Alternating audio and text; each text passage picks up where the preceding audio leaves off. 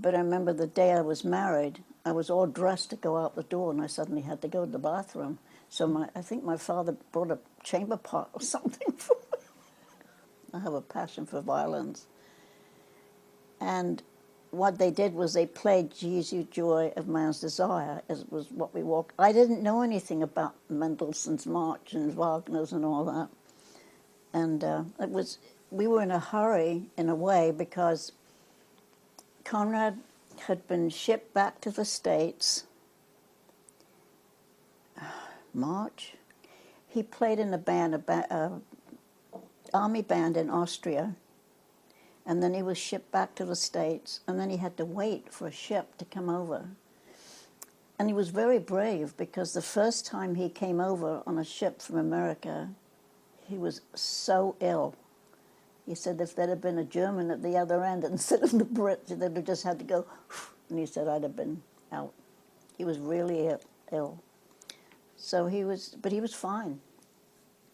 Anyway, so I remember that, and then I just remember we went down the aisle and we were married by a canon, which is a little bit more than a vicar. And that was the Church of England. But I don't remember if we sang any songs. I don't remember any of that. But I remember they took pictures, and then we had a reception at the Bay House Hotel, I think it was. But my father wouldn't let me have any wine. I was cross, but he wouldn't let me have any. Conrad could have it, but I couldn't. I don't know, see, that's something I've never forgotten.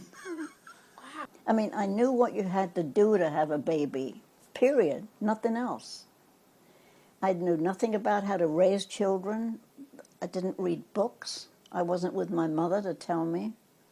And my mother-in-law, they were very kind, but I mean, she didn't come down and tell me what to do. It was just God's grace, because that's how it was. Now it's, books and this, that, and the other, and there's so much emphasis on different types of emotional and psychological things with children, which the only thing I remember was her. She'd lie on the floor, and I don't know whether it's because you were cross, but she'd hold her breath. And I remember picking her up. You were only maybe about 2. And I'd remember picking her up, holding her up, and splashing water on her face. But I wanted more girls, because she was very easy to raise, this one. Because we had them in increments, every 9-10 years. We had 2 13 months apart, then 2 more 13 months apart. And then Stephen, well, none of them were planned. But anyway, Stephen, I wanted another one for Stephen, and Conrad put his foot down on that. He said, no, absolutely not. And he made sure I didn't either. Because then I was 41. Yeah, I was 41. I had Stephen. It's funny, because on Wednesday I was telling Tricia, when I go to Wally and Ann's, that's such a wonderful, that's my church, really. And Dick Haney was there, and we sang hymns. And the one we sang took me way back to when I was a little girl. We sang that, were you there when they crucified my Lord? And I remember going to church during the war years, and so I went to, and I remember vividly this man that sang that hymn when I was, maybe it's 14 or 15. Realized I was brought up in an Episcopal church, all right, where things are done in decency and in order. So there was this man playing the violin, and I'm saying, good grief. And these people didn't bow their heads. What was I looking anyway, right? They didn't bow their heads. They were chewing gum. And this was back in the, I guess, the 40s. So, and then we moved. And then we moved up, because of his new job, they moved us up to Shavertown, which is in Dallas, Pennsylvania. And we went to the Methodist church there, and we were very very involved, let's put it that way. We didn't know Christ, all right, but we lived godly lives, all right? Anyway, next thing I remember vividly was that when my sister died, because my father had died 2 months before, just 2 months before when my sister died. And I think Conrad's mother was being very sensitive to my mother. And she said, you ought to be over there. So she paid for me to go over. And they brought my sister out of she must have been a what do they call that? The morgue? And that's when I learned and knew what the word gray as death is. She was gray, totally gray. But then after that, they embalmed her. I guess they embalmed her and then put her in. We had her in the house for nearly a week. And I remember the one night I was there by myself. And I just sensed, well, now I'd say it was the presence of God. I don't think I recognized it that, but I sensed a great love right there in that room with me, by myself. So that was back in the 60s. I still don't know the Lord, all right? But we're still going to the church, right? And then we moved. Then what did we do? When was that? 61. 61 we moved. Yeah, that's when we moved up. That's when we moved to Shavertown. And we went to the Methodist church. Then we moved to Reading for 2 years. That's when the boys were playing football.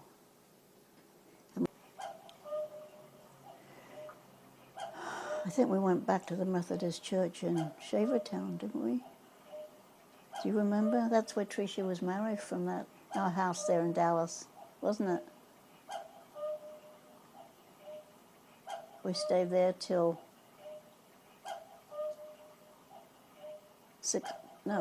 you were married in 71. When was the flood? 72? Then we moved then we moved to Allentown in 72, and that's where I've been ever since, in this area.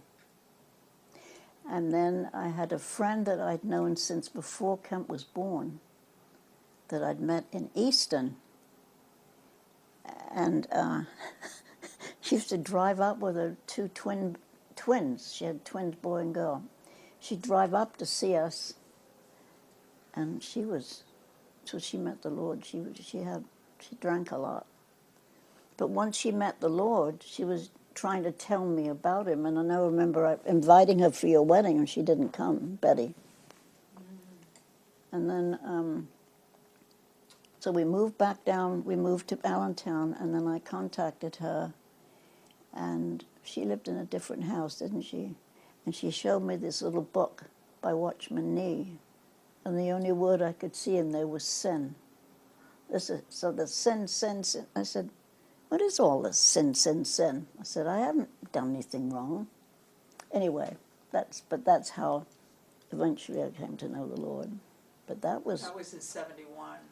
Oh, was it? The end of 71? You moved in March. Or no, you moved in March of 72. 2. So it was the end of 72 that, yes, at Christmas time. And what about Conrad?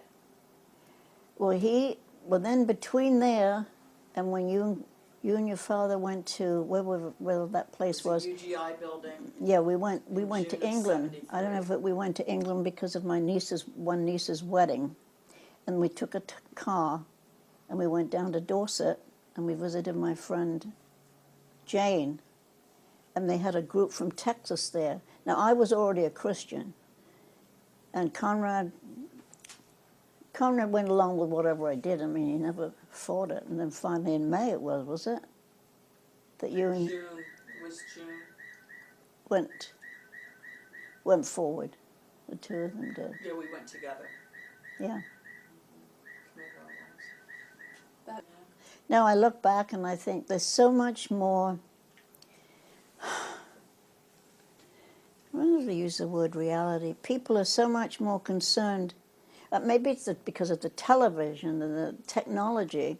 You know, you should retire and you should plan this. Conrad and I didn't do any of that. We just weren't. He was the most unconcerned man about money that you'd ever want to know. Really, he was.